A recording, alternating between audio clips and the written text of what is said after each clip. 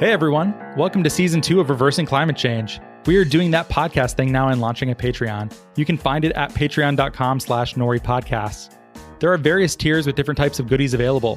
Do you want to receive a special newsletter digest of what Nori Knots are reading that week?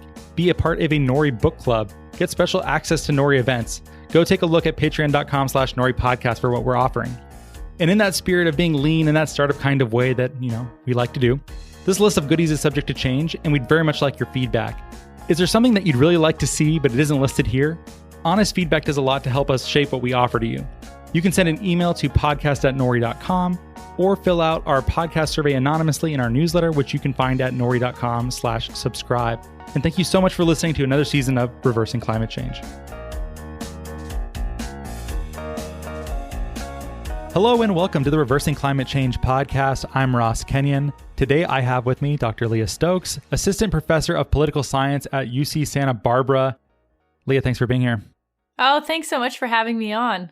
Indeed, one of the things I like to do and look for is when interesting books get published, and then I get to make your publicist's job easier because I just reach out to them and say, hey, I like this book. I think it will be very cool if you sent me a copy and I could read it, and then interview this person. And they typically take the bait. And it appears that your people have taken the bait too. So thank you for coming here to talk about your new book, Short-Circuiting Policy, Interest Groups, and the Battle Over Clean Energy and Climate Policy in the American States. There's a lot there, Leah. I'm excited to dig into so much of this political science stuff that we have not really given the full shrift to yet. Yeah, that's great. No, my title is super long because I had to put all the words on the cover, it appears. So, yeah. Who made you have such a gigantic subtitle? I made me. When you're an academic, you get to make the decision. So, yep. It's descriptive, so I suppose that works.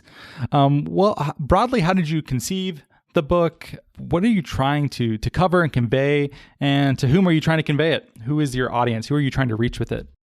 Yeah, totally. So I started this book back in 2013, and I wanted to understand what was happening with clean energy and climate laws. A lot of the action was at the state level. So that's what the book tends to focus on. But of course, there are also federal policies that are complementary. So I started to do interviews in various states. And what I quickly discovered was that there were attacks playing out against clean energy. And I wanted to understand more about that. So the book relies on interviews, archives, data from things like the Energy Information Administration. And I also fielded a survey of state legislators and their staff while I was writing this book. So some of the information comes from that too. So yeah, the intended audience, I would say, is professionals working on clean energy and climate policy, as well as, of course, academics interested in climate policy. But I also think that the general public who has really woken up to the climate crisis over the past 2 years or so, I think that people who want to understand these issues in more detail will get a lot out of reading the book. And some people who I know who are reading it who aren't experts in any way or working on these topics, they've told me that it's very accessible too. So I think it has the potential to have wide readership, and I encourage people to pick up a copy and check it out. Great. I hope you do. There are links in the show notes if you would like to do so. Leah, I have a difficult relationship with policy. I care about ideas. I care about how government works. I care about the place that I live in, basic human stuff for the most part. But I find the political process and policy very frustrating a lot of the time. I feel like by the time policy is finished being made and is in law, not only does it change through that entire process, but then also how it is administered and applied is also maybe different from it was intended sometimes. I just find the process kind of discouraging and opaque and hard to follow and hard to participate in. How much of that is a cop-out? Is there like a different way I should see it that might make me feel less alienated by the process? Yeah, well, I think that what you're experiencing is pretty common. And I talk about that a lot in the book. Policy is difficult to follow, and in part, it's intentionally that way. I developed this idea called the fog of enactment, which is basically the point that laws can be really complicated and it can be difficult to understand what's happening while it's happening. Nancy Pelosi, years ago, when I think it was the Affordable Care Act was being passed, she said, we need to get people to understand these issues away from, the difficulty of the legislative process. I don't remember the exact quote, but it's in my book. And people attacked her for that. But what she was really saying was that interest groups politicize things. They make things more complicated than they are. They hide certain things or they highlight other things. And so policy can be really difficult to follow. However, it is the really critical thing for solving climate change, in my view. I view climate change as an institutional and political problem. Right now, with the coronavirus crisis, all of us are staying home. We've made massive changes to our lifestyle. And yet emissions are going to fall maybe 4 or 5% this year. That's it. So I think what people need to understand is that the big levers of change are policy to get companies like electric utilities, fossil fuel corporations to change their behavior. And that is how we can transform our energy system and actually make progress. And we're definitely going to get into what are the roles of these various groups and what should individuals do and how much sleep should they be losing versus focusing on more institutional change later in the show. But I think maybe to give a nice baseline for the audience, what exactly makes a good policy? We've had people on before, like we had Brian Kaplan, who's an economist. He likes the keyhole approach for many things. So a carbon tax is pretty narrow, right? It doesn't have a lot included in that, and compare that to something much more comprehensive like the Green New Deal, which tries to do quite a lot. There are definitely trade-offs in these various approaches, and it also depends on what is being legislated over. Like maybe a Green New Deal is appropriate for something like climate change, but a keyhole solution might be better for some other set of problem that we're trying to create policy around. How do we determine what is a good policy and what to strive for and when? Yeah, well, I'm a big fan of clean electricity standards. I'm a big fan of standards across the board. I think with climate change, what we need to do is set the rules of the road. We have to say, look, this industry has to meet these benchmarks. It has to clean up by these dates. And, that's where we've seen a lot of the progress. It isn't just by trying to send market signals. It is by setting rules and requirements by deadlines. So I'm a big fan of what I would call the standards, investments, and equity approach or justice approach. So I think we got to set standards for electricity, for buildings, for transportation. And if we do that, actually, that's about 70% of the problem in the United States, 7-0. So that gets us a huge part of the problem done. And the way we can do that is by having our federal government invest money into it. A lot of the Democratic primary was a debate about how much money is going to be spent by various candidates. And I think a lot of people can feel like climate change is this overwhelming, impossible issue, but sometimes I think about how we've never really even tried to solve it. And if we put money on the table and actually tried to solve it and set standards and rules, we could make a lot of progress. This is really the Inslee approach. And the people who wrote those ideas are now started a new organization called the Evergreen Alliance, which I'm an advisor to. And I really think that their approach is brilliant. And then lastly, we need to think about justice, right? We know that historic pollution has pushed the burden onto Black and Brown communities disproportionately. We can't do that with the solutions as well, meaning that carbon prices, while they're really great and they would shut down coal, which I strongly support, they're also a regressive policy that raises the costs of people's energy bills and can be politicized fairly easily. So I tend to favor standards over those kinds of market-based mechanisms. But look, I'll take any climate policy. You want a carbon price? If that's what we can get done, let's get that done. Because right now what we're seeing is that the federal government is spending, $4 or $5 trillion on this crisis, and no money is going towards clean energy. If anything, there are big concerns that money is going to go towards bailing out the fossil fuel industry. So we've got to get some stuff done on climate change in 2021. This is well past overdue. I think you brought appropriate nuance to all of that. And you definitely don't want a yellow jacket situation coming about as a result of a carbon tax. And yeah, I can see how that would be quite regressive too. And we've talked about standards, and we typically refer to them as performance standards if we are exactly talking about the same thing. But we had David Roberts on recently, and one of our colleagues who's an economist, Alden Donnelly, big fans of, setting like basically how lead got out of gasoline, saying you must reduce the lead content of gasoline by X% every year. And it doesn't matter how you do that. That's up to you to determine. Is that what you mean by setting standards? Like people... Yes. Okay. So you're not by fiat saying like every little thing that must be done. You're saying get to this goal, figure it out. Yeah, exactly. That's what a renewable portfolio standard is. That is the policy that my book really focuses on. And when we think about the progress we've actually made in cleaning up our electricity system, renewable portfolio standards have done an enormous amount of the work, combined with investments, that being the investment tax credit and the production tax credit. That's federal money, basically. So I think we need to set standards, not just for electricity in a couple states, but for electricity in all 50 states. And then we got to combine that with standards on electric vehicles. How many electric vehicles are we supposed to try to be getting out by certain years? These are things like zero emission vehicle ZEV policies. And then we got to do it on buildings too. We got to say, the Inslee team has talked about retrofitting 4% of the building stock every year. So it would take 25 years to turn over the building stock.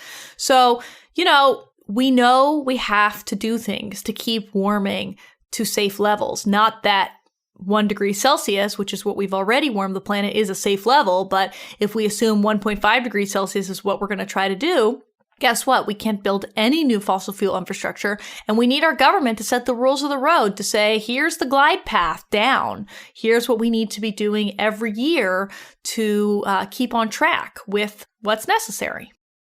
Yeah, I tend to be favorable towards that standards approach because it seems to take what I like best about market approaches, which is that they're flexible. You can rely on individual initiative and companies to get creative into figuring out how to actually meet these standards without just determining everything ex ante. And maybe that doesn't work for all players, or maybe it's there's some favoritism towards some but not others. I think that's a pretty smart way to go. One of the things you mentioned here, Leah, you keep referring to, we're in Washington. So we watch what Jay Inslee is up to.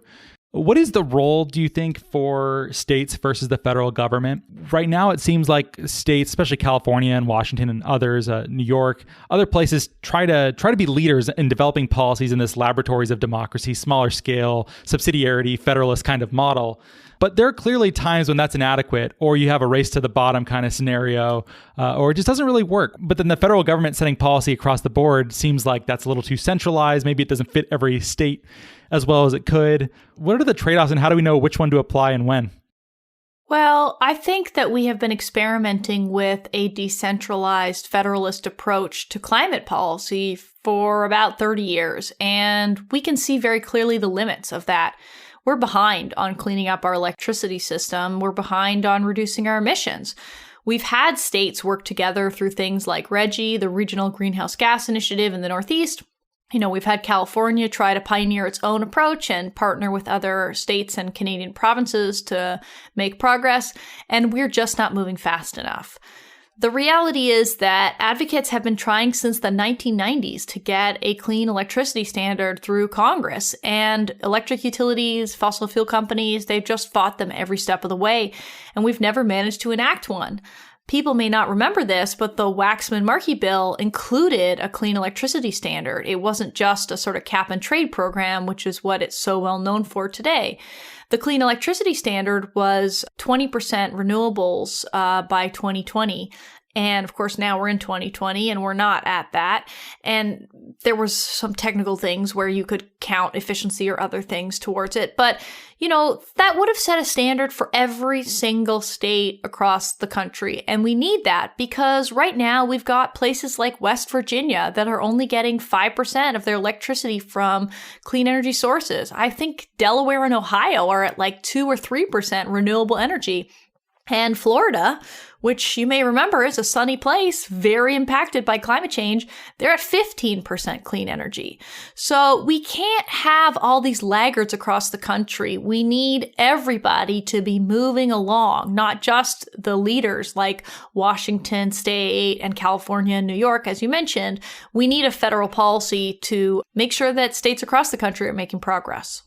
Should that follow the same sort of standards model? Do you think that the federal government should set that and then states should find their ways to comply with that? Is that the best way to do it? Yeah, I do think so. I mean, in many ways, the Clean Power Plan, which was built off of the Clean Air Act and the requirement to regulate CO2 as a pollutant because of the endangerment finding, because of that court case between Massachusetts and the EPA, that was a policy that applied across the country that set targets for everybody. And the Clean Power Plan was actually quite flexible in that some states had to do more, other states had to do less based on where they were at the beginning of the policy, but then states could figure out exactly how they wanted to go about doing it. So I could imagine that you set a standard at the federal level and that states can pioneer their own approaches and programs to getting it done. You could, for example, put a price on carbon in some places, and that would, as I mentioned, drive coal out of the electricity system pretty darn quickly. So that is an approach that a state could use to meet a standard, or you could have a renewable portfolio standard style approach where you're using renewable energy certificates, which again has a sort of market-based mechanism to it. So we've got to get the work done. And the fact is that doing this work will create a lot of jobs. And we're at a moment where so many people have lost their jobs. So we need to be asking ourselves, can the federal government be steering the ship? What do we want the 21st century to look like in the United States? We're at a moment now where we can choose to go in a new direction and actually clean up our energy system and protect Americans from climate impacts that are already, on our shores. Where do you think it makes sense for policy to be very detailed and more detailed than a standards approach? Are there places where things should be specified ex ante in great detail just in law? Yeah, I mean, a standard is specifying targets and timetables. And I think that's the critical thing with climate change. We don't have infinite time. If you think about other kinds of public policies, if we don't fix some kind of problem, it's not great, but, we can go and fix it later on, oftentimes. That isn't the case with climate change. As we accelerate warming, as we start to push to higher and higher levels of temperature increases, we know that changes can be irreversible. If we lose coral reefs, for example, if we start to lose some of the Arctic permafrost, these things are not easy to reverse or really possible to reverse. And so I think that climate change requires a clear roadmap. It requires our government to say to polluting industries, hey, you got to get on top of this problem and you've got to be cutting emissions by this amount by this date. That's really what the 1.5 degree report that the IPCC published in 2018 was all about. It was saying, here's what you got to do to keep warming to 1.5 degrees Celsius. And we know from people like Stephen Davis that means no new fossil fuel infrastructure can be built. So I think that standards can actually be quite detailed in terms of setting a direction for policy and making sure that the decisions that get made across all different parts of society are moving in the right direction when it comes to reducing emissions. You're a political scientist, so clearly you like to geek out on policy, but not all of us are in that world so tightly. So what do you imagine people who are either acting as individuals or in civil society or businesses, what are the roles for them and how should they be thinking about climate policy? Well, I think that a big challenge that we saw with the Waxman-Markey bill back in 2009 was that there was not enough public support behind the bill. Theda Skocpol, a very well-known and excellent scholar at Harvard University, wrote a white paper looking at the failure of that bill. And what she concluded was that there was not enough public activism and support to try to get that bill passed. So right now what we're seeing is that the climate movement is growing and that groups like Sunrise or Zero Hour, these are youth climate movements, Fridays for Future, that's Greta Thunberg's organization. These groups are starting to raise the salience of these issues. And that is so important for politicians because I've done some research, which I write about in the book, with chiefs of staff and legislative directors in Congress, as well as state legislators and their staff. And I asked all of these different groups, what do you think the public thinks about climate policy? Do you think they like it? What do you think the public thinks about these clean energy targets? Do you think they want them? And what I find is that These politicians and their staff are consistently underestimating support for climate policy. They think that the public doesn't care, or they think that the public doesn't want them to act on climate change. And that's just not true. If you go on the Yale Project on Climate Change Communications website, you can see these maps that my colleague at the University of California, Santa Barbara has been making with them for years, which downscales public opinion on climate policy to every congressional district across the country, every county. You can look up your own. And what you'll find is that in 90% of the places, there's huge support for climate action. But our politicians and their staff do not know this. So one thing that the public has to do is make that message clearer. And what we find in our research paper is that the more politicians and their staff are meeting with lobbyists from the American Petroleum Institute or taking money from the fossil fuel industry, the worse job they do at understanding public support.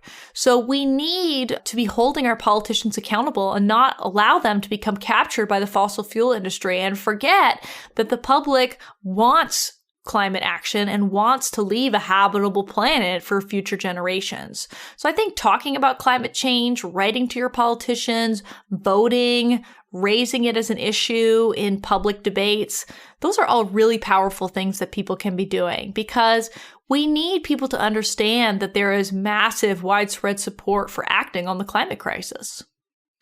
Yeah, that was surprising. We had Shane Skelton on recently from Political Climate and Julia Piper. And Shane was saying when he worked in a congressional office that actually they don't get that many letters that are not form letters. And they read them and take them seriously. You can actually have some degree of influence by writing serious letters. 100%. I'm doing some additional research building off of that work on this exact topic. And I would really encourage people to reach out to their politicians and make sure that they know that they care about climate change. That's not just your federal politicians, although that's really crucial. It's also state politicians, local politicians. Hold people's feet to the fire and make sure they know that the public wants action. We're zeroing in now on, I want us to get to some sort of case study and sort of break this down a little bit. But one more thing to set the stage for that is I have a question. I always like to ask this about utilities. Utilities are typically governed now as monopolies, where they're granted some sort of exclusive right to provision power for a certain geographical area. And I've always been wondering, like, is this necessary? When might it no longer be necessary? And then if it is, why should a monopoly that has a legal status as a monopoly, why should they be allowed to influence the political process? I don't understand how exactly that works. It sort of hurts my brain to think about. Yeah, well, that's something I get into extensively in my book. So in the early 20th century, private utilities were just getting established. Electricity was a new commodity, and there were business leaders, Samuel Insull being the most famous and well-known, who realized that in order to make a profit, they would need to build large plants, because the first kilowatt hour of electricity you sell is really expensive, but if you can sell more, you get economies of scale. So they wanted to get a lot of customers so they could build a big plant and spread those costs across lots of people. Now, in order to do that, they needed to have exclusive franchise rights, basically a monopoly, because otherwise they would be competing with one another over the same service territory. And so what Samuel Insull did was that he convinced other people in the industry to support this idea of monopolies. And then they went and got state legislators to pass laws that put electricity in the state jurisdiction rather than the local jurisdiction, and created public utility commissions. So this is written a lot in Richard Hirsch's book, Power Loss, a really excellent history of this topic. And it's also, of course, written about in my book, but he's the sort of primary source on it. And it was a deal, right? It was kind of a Faustian bargain. You said, hey, you get to be a monopoly, and in return, you have to be regulated by a public utility commission. This is the kind of thing that Elizabeth Warren is always talking about, right? We need corporations to be regulated. But especially when corporations are monopolies, there are some really thorny ethical questions. If you get electricity from a monopoly, I do, for example, from Southern California Edison, I can't choose to buy my electricity from another company. And if Southern California Edison decides to oppose clean energy or to create fake groups and pretend that the public opposes clean energy, I can't exit. I can't say I'd like to go take my money elsewhere. And this is exactly what's been happening in Arizona with Arizona Public Service. This is a monopoly utility that operates in Phoenix, and they've spent, $50 million over the last decade capturing their regulator, influencing elections at their regulator, blocking clean electricity standards from being passed into law through a ballot initiative. This is very unethical behavior. And if Arizona Public Service is the company that sells you electricity, you can't choose to buy somewhere else. So I think you're right. There are really thorny questions around Citizens United and corporations' right to use political spending as a form of free speech when those corporations are monopolies. And so I'm very critical of utilities as monopolies right now and all the ways that they have, been abusing the system because of the Citizens United decision. Two broad ways to take this. One, do you think a more decentralized bottom-up approach with microgrids and household solar and stuff like that, do you think that might make centralized provision and utility provision of power unnecessary? And then I guess as a related question, could you just have multiple providers of power inside of the same geographical area competing? People always like to point and say, the only argument I typically hear, this is in popular circles, not in academic circles, so I'm sure there's more sophisticated arguments, but people say, do you really want there to be multiple power lines going to everything? I'm like, I'm sure they would cut some sort of deal and figure it out. There's incentives to do so. Anyways, what do you make of that whole dog's breakfast I just served you? Yeah, so on the second point, that's kind of retail competition in the electricity system, and it does exist in a few places, including Texas being the really well-known example. ERCOT is the system there. The interesting thing is that not a lot of people change their electricity service provider just because they're given an opportunity to do that. I think the bigger issue is not getting rid of monopolies. If I were to start the system from scratch today, I wouldn't design it to have electricity companies be privatized and monopolies. I certainly wouldn't. But that is the system that we have today. And so it's a little difficult to just magically, change it. What I'd rather do is have better regulation of these corporations and have limits on their ability to do political lobbying. Have them be more like basic service providers that are heavily regulated. And the problem is that public utility commissions that are supposed to be their regulators are often captured. So we have to find a way to get those systems to be less captured. A lot of advocates have focused on changing the ownership structure as a solution to that. And in the conclusion of my book, I have a section on that for those interested. I'm not a huge fan of the idea that if you change a private utility to a municipal utility or some other public entity, that it will magically solve the problem. And that's because if you look at the municipal utilities and public electricity providers, they're sometimes pretty bad too. The Tennessee Valley Authority is written about in Russell Gold's book, Superpower, which is an excellent read. And it does not come across well. This is a federal power authority. The same could be said for some municipal utilities and for rural electric co-ops. So I don't think it's just the ownership structure that it's the critical variable. But I do support people running campaigns to put pressure on private utilities. And if part of those campaigns are to say, well, we're going to make our own electricity system and exit, I think that's a good way to put pressure. The other thing I will say is that passing intervenor compensation programs is a really promising way forward. This is a policy that exists in California. It might actually exist in Washington State, or I think it's Oregon. It's only in about 3 states across the country. What it does is it allows groups that are intervening in regulatory proceedings at public utility commissions to be paid for their time. So if you are going to try to talk about consumer rights and make sure that electricity bills aren't being jacked up by monopolies, you can be paid for that. If you're going to go and talk about how we need to keep the air clean and reduce our carbon emissions, you can get paid for that. And so a big reason why California is so successful is because that policy has paid advocates to show up and advocate in the public interest. Monopoly utilities are always paid to show up because they get to recoup all their costs in the regulatory process. So I do think that we have to be thinking about public utility commission reforms and make sure that monopoly utilities are not capturing the political system. Maybe that means we have to try to break up private utilities. I just think that that is going to be a really difficult thing to do because in the places where it's been tried, like in Colorado and Minnesota with Excel, it's been a long battle that hasn't gone anywhere. So, it's a thorny and difficult issue, but if people are interested in that, my book does talk about that in some detail. Yeah, your book is very detailed, and there are a number of case studies where if you really want to dig in, there's a lot of room for you to do so in a great kind of way. Oh man, some of this stuff seems improperly suited to activism. So I'm going to say this neutrally, although you could take it in a bad way if you had that mood about you, listener. But I think activism encourages a sort of simplification, right? Like the ideal is the picket sign, some sentiment or policy change that fits on there. Vote for or against X thing, I'm angry about Y thing, etc.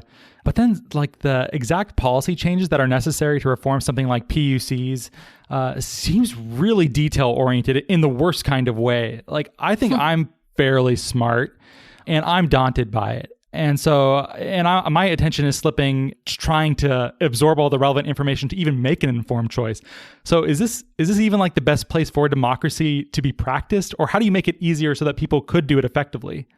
Well, that's why an intervenor compensation program is so great. I totally agree that, you and I are not going to be full-time advocates to try to reform public utility commissions. There are some groups doing that, as I mentioned, but it's unlikely. And so we need to have people representing us in the system, and they need to be paid for their time. Because otherwise, advocates are going to struggle to find enough money to go do the work that they need to do. They're going to have to, raise money from membership. They're going to have to go to foundations. And utilities can just collect monthly payments from people who need to use electricity in their homes and put some of that money into lobbying. So we need the system to make sure that money is being provided for advocates on our behalf. We do not all need to be people intervening in Public Utility Commission hearings. What you can do if you want to is you can join organizations that do this work. The Sierra Club is really important. Their Beyond Coal campaign has been crucial to shutting down coal plants across the country and intervening in PUC proceedings. 350 has fantastic chapters as well.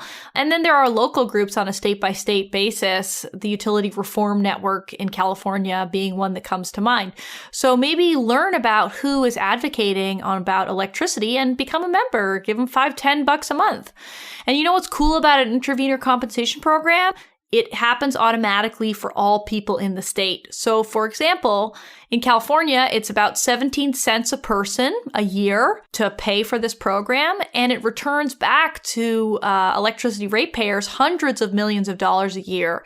So when independent reviews of that program have happened, it's been shown that it's really a wonderful investment. So we need policies that automatically create better outcomes for people so that, not everybody has to be a full-time utility advocate or know all the details about these things. So my book is really about pointing out the problem. It doesn't mean that everybody has to be a full-time advocate on this. And I'm sure most of your listeners are members of organizations, but support people who are trying to advocate, for example, to pass an intervenor compensation program, because then you won't have to think about this nearly as much.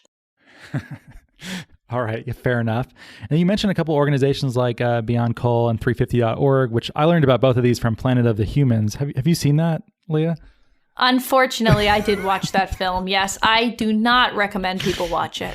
Just kidding. Obviously, we know about these, the Sierra Club and 350, and Bill McKibben's been on the show. And yeah, okay, so you just wrote a piece about this. We'll get back to the utilities and public policy stuff. But since this came up naturally, because I had to make that joke, what happened in that movie?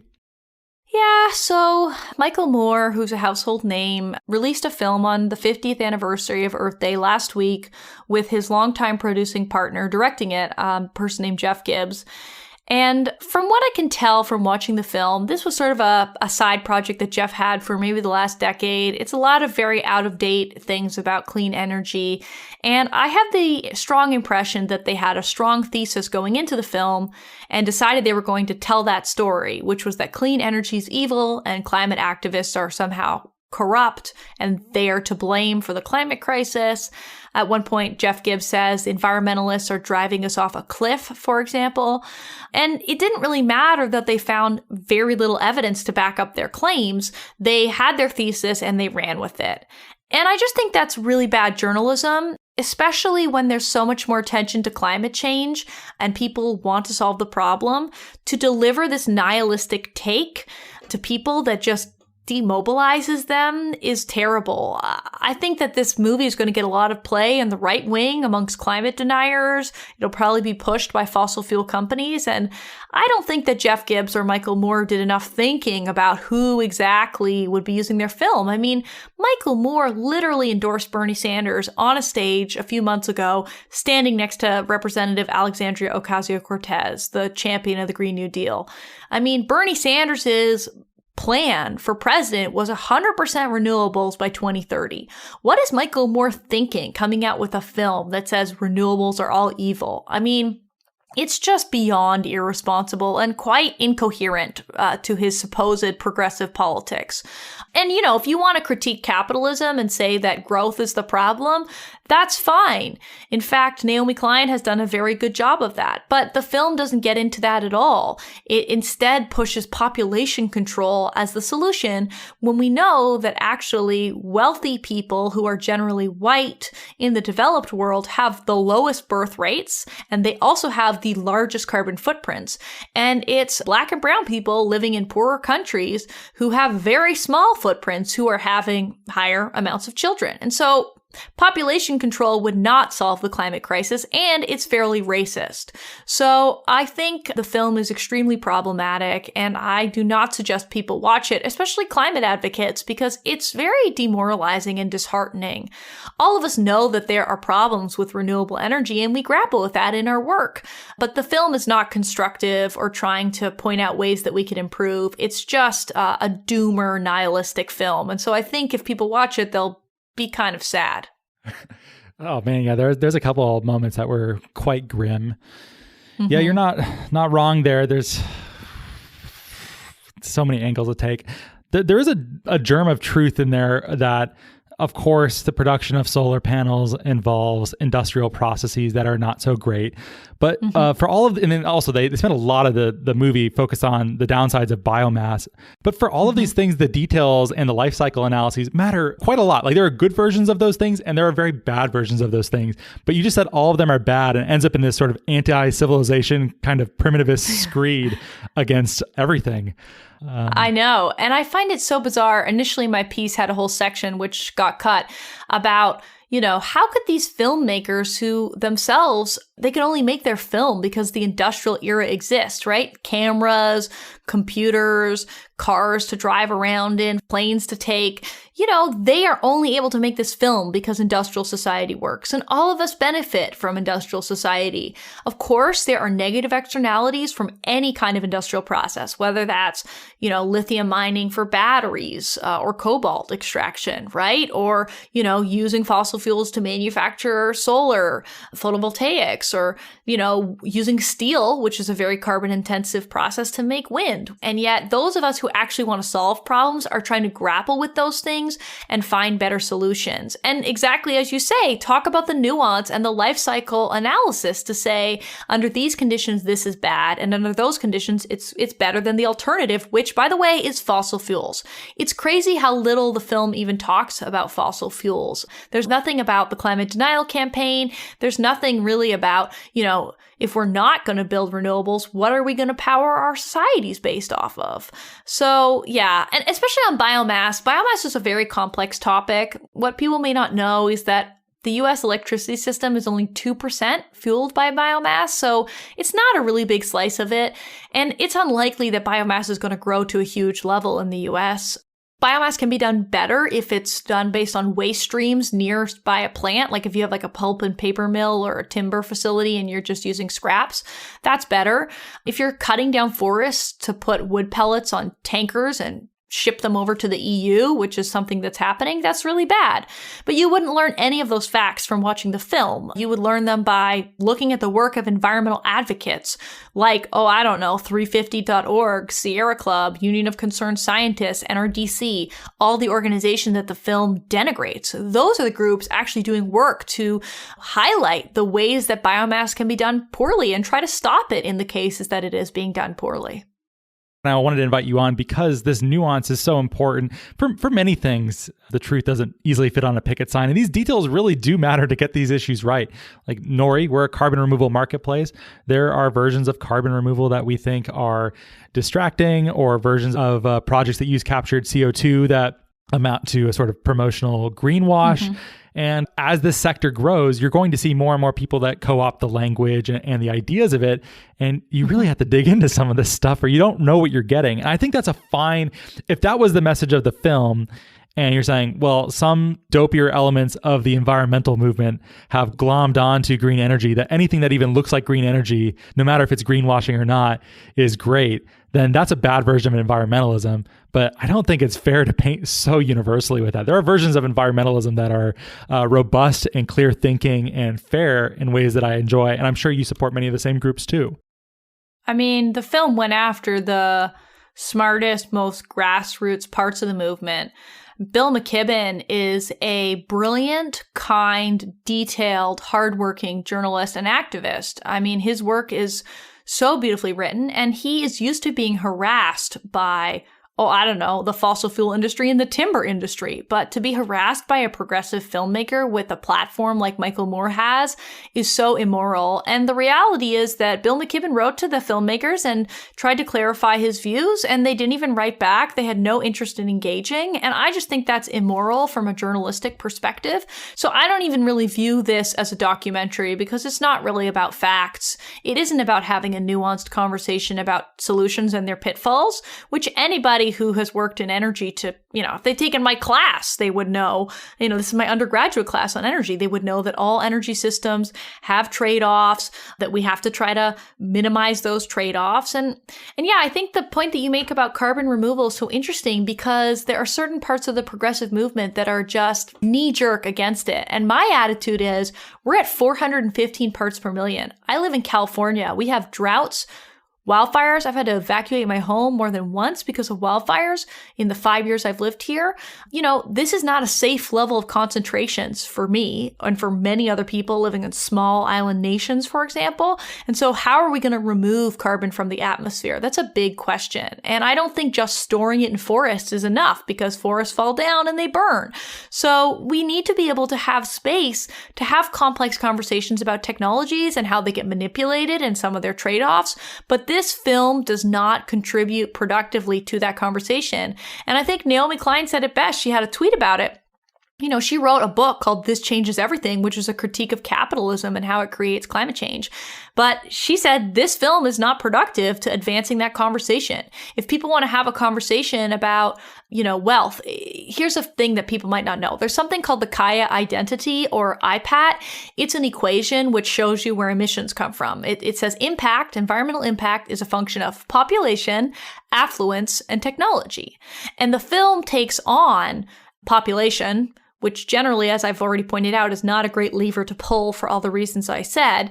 And then it says technology is hopeless, so we can't pull that lever. And it really leaves on this table the idea of income inequality or the huge environmental footprints of the wealthy. That's the work that Naomi Klein has done. So it's not like we can't have complex conversations about those different levers to making change. It's just that this film was not at all interested in having a real informed conversation about those issues.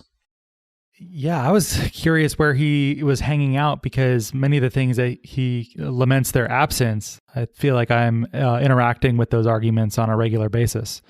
Many of the people I speak with, these concerns trouble them, and there are many ins and outs to all of this. Yeah, I don't know. Like the idea that most of these environmental movements are so tied up with capitalist organizations, thinkers, companies, that they're not doing anything productive. I feel like I see more stuff critical of capitalism than anything else. But I don't know. Maybe I'm not going to the right cocktail parties. It could be that too. No, and if capitalism's the problem and fossil fuel corporations are the problem, how come the film never talks about corporations? It's so strange. Michael Moore has made a career criticizing corporations. Roger and Me, Bowling for Columbine, which went after gun manufacturers, for example, Sicko, which goes against corporations involved in the healthcare industry. Why didn't he make a film going after electric utilities and fossil fuel companies who have lied about climate science for decades and have delayed progress, as I outline in my book, as Naomi Oreskes and Eric Conway outline in their book, Merchants of Doubt? I mean, look, the evidence is there for corporations being really terrible for the planet. And instead of blaming corporations, they blame environmentalists. And it's just so wrongheaded. Given how worked up you are and how intense this conversation is, we're guaranteeing that some of our listeners now have to check it out. I know. Tragic. Streisand effect, big time going on right here. I'm just warning people that it's not going to leave you in a good mental headspace. I'm sure your listeners know about all the trade-offs involved in clean energy and struggle with it. I do. But this is not going to provide any insight for you. It's just going to leave you feeling demoralized. We'll see. I'm expecting emails now, so we'll see what happens with that. Leah, we only have a couple minutes left, and I really wanted to do at least like one walkthrough of either a really successful or a really unsuccessful case study from your book that you think listeners might be able to get a taste for what's inside the book in a really detailed kind of way.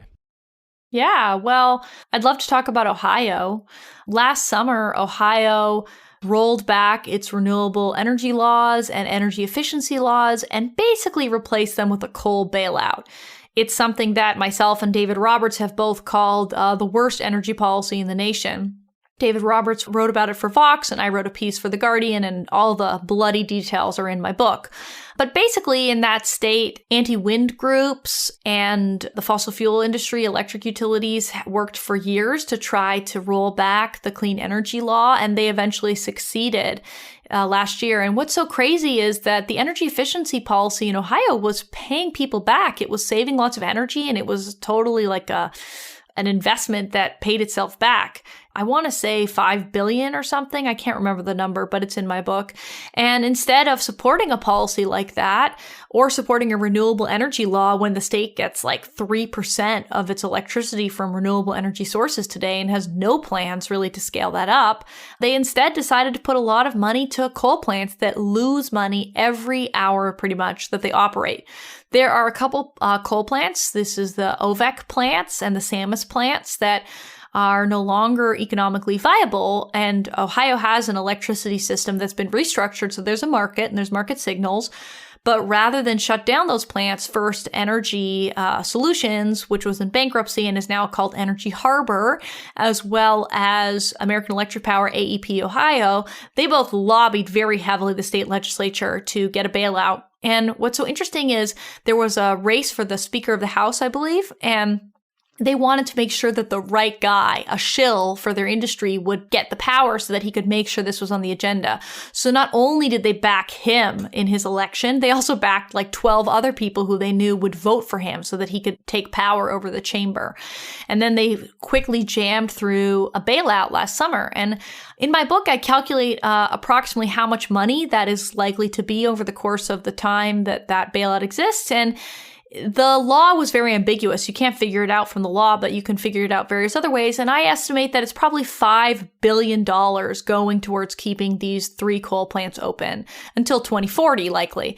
And that is just so unethical. Air pollution kills people. Right now, coronavirus makes it more likely that you will die if you're living in polluted air because it affects your lungs. So does the virus. So it's just really a terrible energy policy. And it's a tragic thing. And what people might not know is that back in 2014, when they were trying to roll back this policy, the clean energy policy, these anti-wind activists managed to get, as part of a budget bill, a rider, which is a provision attached to a law that really has nothing to do with the law. And what they did was they changed the setback rule for wind turbines so that they had to be farther away from a property line.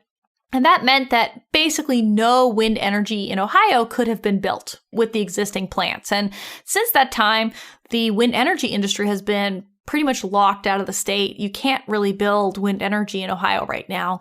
And that policy has never been changed. So Ohio has a policy right now of subsidizing coal, making it impossible to build wind energy, and, has no plan really for how to deal with the climate crisis, and is supporting air pollution and carbon emissions rather than supporting cleaning up our energy system. Wow. So if you want to dig into all those grisly details, your book is a very good place to do so, you would argue. Yeah, it's got all the details about what electric utilities and fossil fuel companies have been up to for the last few decades, and it's not good. Very succinct there. Nice little cap.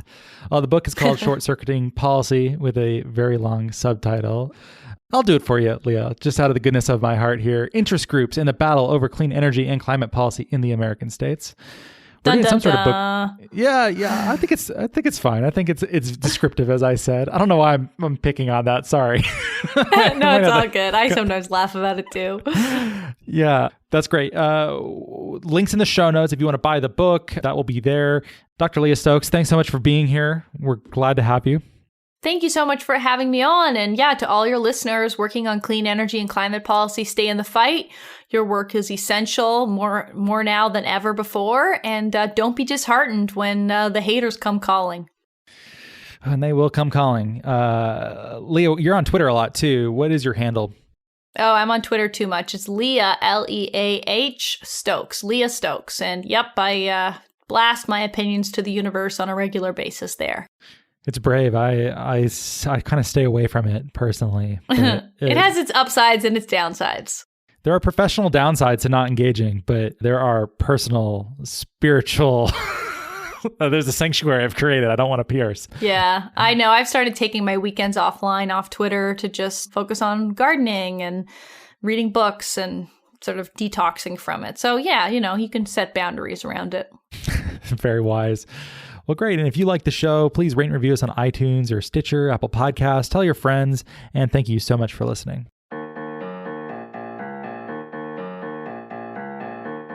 Well, thank you so much for listening. If you like the show, please rate and review it in Apple Podcasts and or Stitcher. It really helps us a lot to get this content to a wider audience. If you think what we're doing is useful, interesting, fun, hopefully all three, we'd certainly appreciate your rating and review. You can keep up with Nori at nori.com, where there is a newsletter. That's nori.com/subscribe. There's podcasts. There's a whole bunch else. Or you can send us an email at podcast@nori.com. We are also now on Patreon at patreon.com/noripodcasts if you'd like more content, engagement, and community. And thank you so much for your support.